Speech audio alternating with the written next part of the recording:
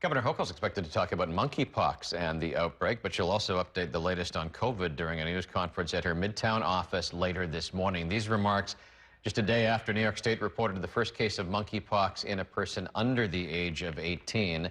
And we've seen some new numbers from the health department that get into the racial disparities about the way the monkeypox vaccine was rolled out. New York One's Alyssa Palicelli is standing by outside the governor's office on 3rd Avenue, where that news conference will begin later this morning. Hi, Alyssa. Hey there, Pat. Much more information expected from the governor when that press conference begins around 10 o'clock this morning.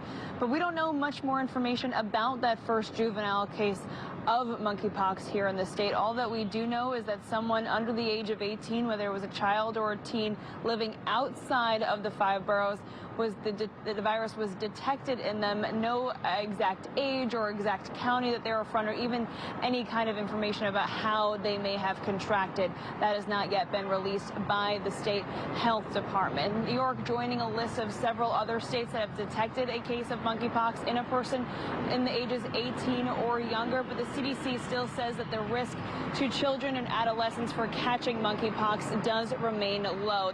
The majority of cases has been found among the community of men who have sex with men. The state has now confirmed 18 cases found in women, 2 of them outside of the city, the rest of them, 16 of them, living here across the 5 boroughs. New York continues to lead the nations with the most monkeypox cases, almost 2,800 cases statewide, with the majority of them here in the city being the epicenter of this outbreak, with more than 2,500 cases across the city. Now, Governor Hochul will give us an update on the state's monkeypox response. It comes just days after data was released of finding disparities by both race and location with the vaccination rollout. Black New Yorkers are 31% of the population at risk for contracting monkeypox. However, they have only received 12% of the vaccine doses that have so far been administered. Bronx residents, they make up 10% of the population at risk, but only about 5.5% of the vaccine that have been rolled out have been given to those living in the Bronx. Now, the city is investing $5 million in addressing these disparities, getting out public information campaigns, reaching out to local community organizations. And they said the information about reversing stigmatizing and reversing some misinformation about monkeypox is going to be key in addressing this outbreak moving forward.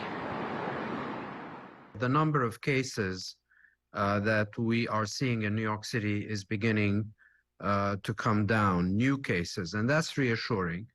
The second thing is that the majority of cases belong to the age group of 25 and 45.